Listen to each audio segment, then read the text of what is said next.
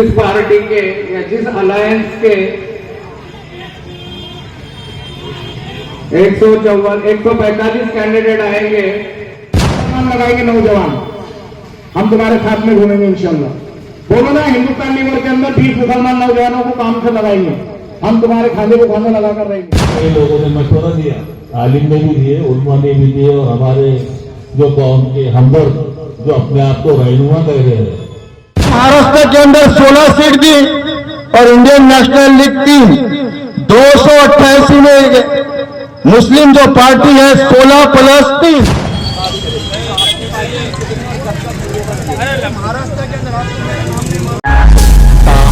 Political live आपसे जुड़ी खबरों के लिए सब्सक्राइब करिए। इंडियन नेशनल लीग के मंच पर आए हुए सभी अहदेदार, हमारे नौजवान कार्यकर्ता और इस प्रोग्राम में सभी मोमिन भाई को सलाम।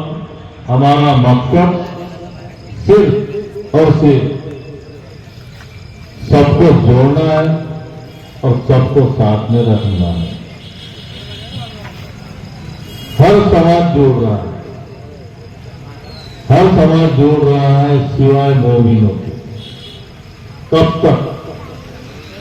तक बिखरे रहोगे? कब तक फिरकों में बटोगे?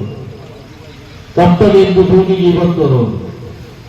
और कब तक नौजवानों को गुमराह करोगे? गुमराही एक ऐसी सियासत हो गई है कि नौजवानों को सिर्फ मोबाइल, खाना, गाड़ी और उसके सिवा कुछ नहीं सोचता। पार्टियां आती है, पार्टियां जाती है, लेकिन नौजवान अपने आने वाली पीढ़ी वो सलाम दुआ भी बंद कर लेते हैं और इलेक्शन जाते हैं तो एक ही थाली में एक ही सब में नमाज भी पढ़ते हैं। क्यों सब टूट रही है आज अपने एक दूसरों की? क्यों नहीं अपन खाते से खाता लगा के अक्षरत बढ़ाने का काम करते हैं? क्यों नहीं एक होने की बात करते हैं? क्या कमी है हमारी? कमी बताइए। आज तक 70 साल से कांग्रेस हमारे वोटों का सिर्फ वापर करती आई और इसके अलावा कुछ नहीं। यहां तक कि उनको 40 साल तक एक हरा परचम भी गंवारा नहीं गया, एक हरे परचम निकालने की इजाजत भी नहीं मिली। गोरखपुर के अंदर हरे परचम के लिए FIR हो गई। खामगांव में रैली में 2 परचम लाए, हिम्मत मर्दा, हम इस्तेमाल करेंगे उस आदमी का, नाम तो नहीं कहूंगा लेकिन गलत नहीं है, उसके 2 परचम भी वापस कर दिए। क्यों नफरत है परचम से? क्या बिगाड़ा है हमने तुम्हारा? कि सिर्फ इलेक्शन आए तो वोट दो और हमारे साथ में नारे लगाओ और तुम्हारे बच्चों को होटलों में भेजो और हमारी शत्रु की कुर्सी बिछाओ। इसके अलावा दूसरा काम क्या इसका है?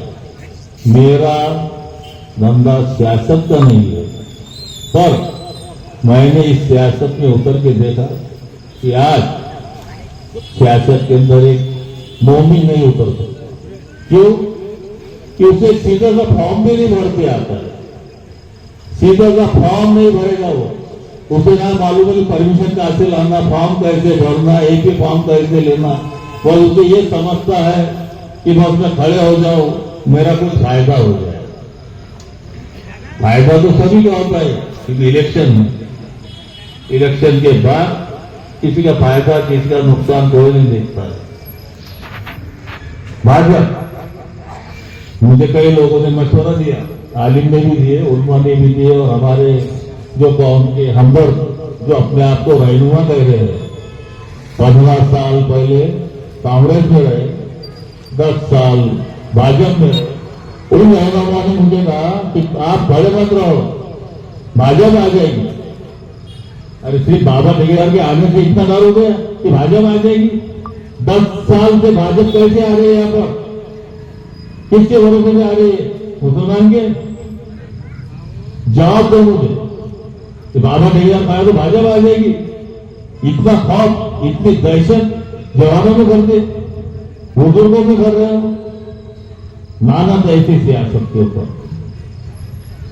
सियासत ऐसी करो कि कौम का फायदा हो। और हमारा सिर्फ एक ही मकसद है कि कौम एक हो जाए, अपना गट्ठा और बताए और फिर काम की गुजारिश करे। और जब काम नहीं हुए तो घर चौड़ा जाए, पकड़ा जाए। और इसी के साथ में वक्त कम है। हमारे महाराष्ट्र अध्यक्ष बोलना तो बहुत कुछ है, सोचूंगा कि एक सभा और लूं, तब मैं खुलकर अपनी भड़ास निकालूंगा। क्योंकि कांग्रेस ने भी कहा है कि चाय की केतलियों में मुसलमानों को खरीदा जाता है, और यही काम है और यही लोग हैं, इन्होंने सुना है। और गलत होगा तो मुझे आकर बता देना कि अभी गलत बात और नौजवानों को क्यों भाई कर रहे हैं। मैं अपना एक जुमला बोलूंगा बस और खत्म करूंगा। एक बात बता दो, हमारे दामन पे तुम्हारे गुलाम बन जाएंगे। एक बात बता दो, हमारे दामन पे गुलाम बन जाएंगे। हम खिदमतगार है, सिर्फ खिदमतगार ही रहेंगे। अल्लाह कांप रहे थे, अल्लाह नहीं बोलना पड़ेगा बाहर रहे। अगर कौम की आंखें खोलना है तो बोलने वाला बनना पड़ेगा, नहीं तो ये कौम बहुत ना जाने किधर चली जा रही है। अरे तुम्हारे माँ बाप तुमसे परेशान, हाँ, तुम्हारे बाप तुम्हारे परेशान, भाई बहन तुमसे परेशान। अब किधर लगे तुम? मेरे जैसा आता 1000 की नोट डालता, मार इसके नारे, कब इसके बारे में बुराया, कब तक बुराया करेंगे? दोनों पार्टी में तो कोई तुम्हारी सेकुलर नहीं है। बता दो मेरे को, बीजेपी ने 10 साल के अंदर मुसलमानों के काम क्या क्या करी तुम्हारे ऊपर। और मेरे को अफसोस होता कि अपने लीडर बोलते हैं कि वह हमको सियासत बहुत समझती।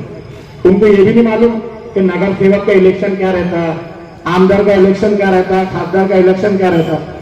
अरे आमदार के इलेक्शन में रोड नाले की बातें करते हो, आमदार का इलेक्शन में रोड नाले की बातें करते हो, और खासदार के इलेक्शन में खंबा कब्रस्तान इसके बातें करते है ना। इससे पहले भी देख लो तुमने कि खाद में वो लाइट बनाए, वो कब्रस्तान बनाए, वो रोड बनाए, वो नाले बनाए। हाँ, तब तक के रोड नाले, बस रोड नाले में जिंदगी चले जाती क्या? बोलो ना एक बार स्टेज पर आकर के नगर परिषद के अंदर 20 मुसलमान लगाएंगे नौजवान, हम तुम्हारे साथ में घूमेंगे इंशाल्लाह। बोलो ना हिंदुस्तान लीवर के अंदर 20 मुसलमान नौजवानों को काम से लगाएंगे, हम तुम्हारे खाने को खाना लगाकर रहेंगे। बोलो ना माँ बहन बेटियां जो रोडों में बेनकाब घूम रही, बेपर्दा घूम रही, उनका इंतजाम करने का बोलो ना, वहां कहा जाके। और अभी तो जितना दावा कर रहे ना, कोई छुपावा नहीं है। सबकी औरत ने 1500 रुपए जाकर ली बैन लगाकर, नाक मत लगाओ इसकी। उन्होंने तुम्हारा हिजाब मिटा दिए, हिजाब उन्होंने दावा करे थे कि मुसलमानों से हम हिजाब मिटा देंगे। देखना था जाके वहां पे बैंगों में ऐसी बैन लगी हुई थी, एक पे गिर रहे थे, बाल पकड़ पकड़ के लड़ रहे थे अपनी मुस्लिम औरतें। यहां तक के हाल ये था कि खाना भी वही खा रहे थे वो। और तुम जितने जवान अपने दावा कर रहे ना, दूसरी और एक स्कीम है, अगर अपने वहां छिल्ला आया, छट्टी आ रही, रसम आ रहा, तो अपन क्या बोल रहे, तू चले जाना, तेरे टिकट नहीं लगता। किसको भेज रहा तुम? औरत को, तू चले जा, तेरा टिकट नहीं लगता। इतने तो ना मर दोगा तुम। और दावे कर रहे अपन मुसलमान होने के, क्या कर रहे तुम दावे मुसलमान होने के, अंतिम ये बुरा वो बुरा। अरे खुद का इख्तियार बना लो, फिर मालूम पड़ेगा तुमको कौन अच्छा है तुम्हारा दिल, कौन बुरा है। तुम्हें देना ये अच्छा, फिर उसके बाद में 5 साल गए तो वो बुरा, अब वो अच्छा हो गया, वो वली हो गया, ये गुनहगार हो गया।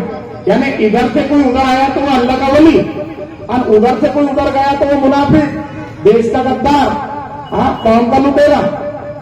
ये चीजें बंद करो, खुद का बनाना आना अल्हम्दुलिल्लाह। नहीं तो तुम मशवरा करो खानगों की सरजमीन पर, तुम मशवरा करो, 10 जिम्मेदारों को बिठा, अल्हम्दुलिल्लाह हम तुम्हारा साथ देंगे।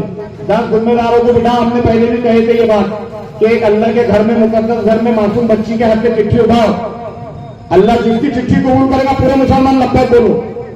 और कोई छुपावा नहीं है ना, ये साहब या वो साहब, दोनों साहबों के पीछे जो भी काम कर रहे हैं सबके अपने अपने मकसद है, कोई दूध का दुलावा नहीं है।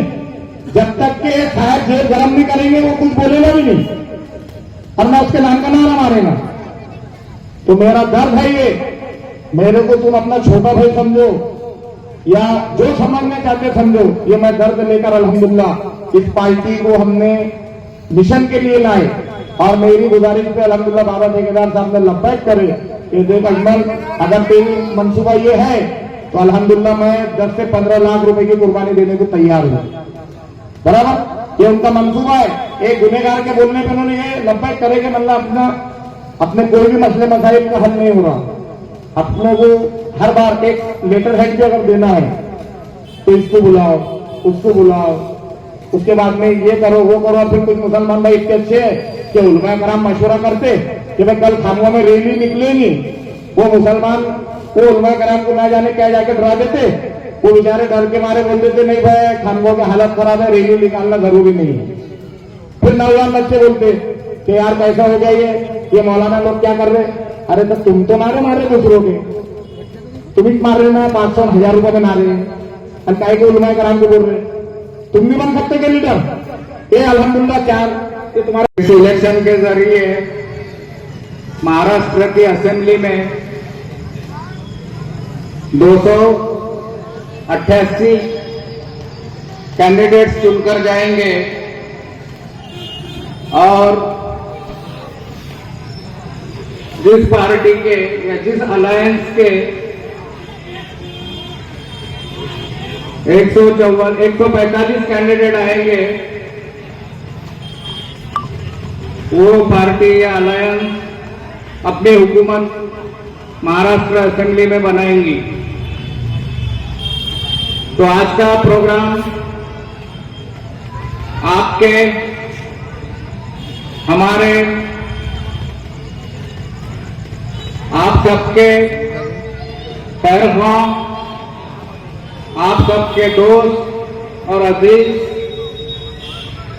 शेख रशीद शेख कालू उर्फ बाबा ठेकेदार, अल्लाह ताला ने हर जगह पर आपके लिए इमामत रखा है, हर जगह पर। लेकिन एक सियासत ऐसी चीज है जहां पर मुसलमानों को इतना डर लग चुका है कि फलाना मुसलमान अगर खड़े रहा तो फलानी पार्टी आ जाएंगे। अल्लाह का वादा है, आप अल्लाह की रस्सी को मजबूती से थामिए। समंदर के अंदर रहने वाली भी मछली को अल्लाह ताला रिस्क देता है, परिंदे को भी अल्लाह ताला रिस्क देता है, झाड़ पे रहने वाले को भी अल्लाह रिस्क देता है। तुम तो और मैं तो एक इंसान है, मेरा और तुम्हारा रिस्क अल्लाह के हाथ में है। कोई भाजपा, कांग्रेस या कोई सेकुलर पार्टियों के पास नहीं है। क्या दिल में से अपने खौफ निकाल दो कि बाबा ठेकेदार साहब खड़े हैं, अगर हम इसको चुनके डालेंगे तो फलानी पार्टी आ जाएगी तो हमारी रोजी रोटी चले जाएंगे। ये खौफ दिमाग में से निकाल दो। जब तक तुम अगर मुत्तहिद नहीं होगे, एक सफ में नहीं खड़े रहेंगे, तब तक ये हिंदुस्तान के अंदर, महाराष्ट्र के अंदर तुम्हारे लिए दबाए जाएंगे, कुचले जाएंगे। हिंदुस्तान आजाद होने के बाद में 2014 तक इस हिंदुस्तान के अंदर कांग्रेस की गवर्नमेंट थी। मुसलमानों को, नौजवानों को, उलमाओं को और दीनदार लोगों को, पॉलिटिशियन को अंदर डालने का काम कांग्रेस ने किया। सबसे पहले कोटा कायदा लेकर आए, उसके बाद मकोका लेके आए, उसके बाद टाडा लेकर आए। आप जानते हैं कि महाराष्ट्र के अंदर मकोका के एक्ट के तहत कई मुसलमानों को जेल में डाला गया। तो तब क्या भाजपा की सरकार थी? आज भी वो मकोका के अंदर मालेगांव, नासिक, नांदेड़, अहमदनगर ऐसे कई जिलों के नौजवान जेलों के अंदर है, और उसका देन जो है वो कांग्रेस है। कांग्रेस मुसलमानों के वोट चाहती है, लेकिन मुसलमानों को सियासत के अंदर हिस्सा नहीं देना चाहती। हमारे से बड़ी पार्टी इस महाराष्ट्र के अंदर एमआईएम है। लोकसभा के अंदर इम्तियाज जलील साहब, असदुद्दीन अवैसी साहब ने कांग्रेस के सामने प्रपोजल रखा था कि एमआईएम को 3 सीट दीजिए, लेकिन कांग्रेस और उसके अलायंस ने वंचित बहुजन आघाड़ी को 4 देने का वादा किया, ऐलान किया, उनके घरों के ऊपर जाके कि लौटे लेकिन उम्मत मुसलमान की जो पार्टी है उसको नफरत के कगार पर रखकर बाहर रखा। तो क्या अब्दुल खाली वंचित को वोट देने वाला बनेगा? बड़ा साहब ठाकरे की पार्टी को वोट देने वाला बनेगा? कांग्रेस की पार्टी को वोट देने वाला बनेगा? ये कब तक हमारी सियासत का नंगा नाच चलता रहेगा? मैं बहुत दूर से आया हूं और मैं उस हल्के से आया हूं, नांदेड़ से, जहां पर इम्तियाज जलील साहब लोकसभा के लिए फॉर्म भरने वाले थे, लेकिन पॉलिटिकल मोटिव क्या प्रॉब्लम हुआ नहीं मालूम। मुझे तमाम पार्टियों ने कहा कि अल्ताफ भाई तुम वहां से फॉर्म भरो। अल्हम्दुलिल्लाह मैं नांदेड़ से लोकसभा का इलेक्शन लड़ रहा हूं और मेरा कॉन्स्टिट्यूशन छोड़कर मैं अब तक आया हूं। मैं सवेरे 8 बजे से मेरा काम कर 1 बजे निकला और सीधा मैं आपके सामने आया हूं। एमआईएम महाराष्ट्र के अंदर 16 सीट दी और इंडियन नेशनल लीग 3, 288 में मुस्लिम जो पार्टी है 16 + 3 यानी 19 कैंडिडेट हम इस असेंबली के अंदर दिए और पार्लियामेंट के अंदर मैं एडवोकेट अल्ताफ अहमद हूं। मैं उस कांग्रेस से सवाल करता हूं, उस बड़ा साहब ठाकरे की पार्टी से सवाल करता हूं, आज भी मौका है, आप ये बता दो कि एमआईएम के 10 के गिने एमएलए आप चुन के दो, हम यहाँ के गिने कैंडिडेट को विड्रॉ करने का कि जिम्मा मैं लेता हूं। लेकिन आपके अंदर हिम्मत नहीं है। आपने इम्तियाज जलील के खिलाफ में 28 मुसलमानों को खड़ा कर दिया। खामगांव के अंदर बाबा रशीद भाई के खिलाफ में 4 मुसलमान खड़े हैं और मेरे मतदार संघ के अंदर 3 मुसलमान खड़े हैं। अब जब हम वोट मांगने जाते हैं तो हमारे नौजवान बोलते हैं बराबर तुम्हारे में तो डिसाइड करो ना, तुम 4 खोड़े 5 खोड़े। अरे भाई हम 4 खोड़े या 5 खोड़े, वोट देने वाले तो आप एक है ना।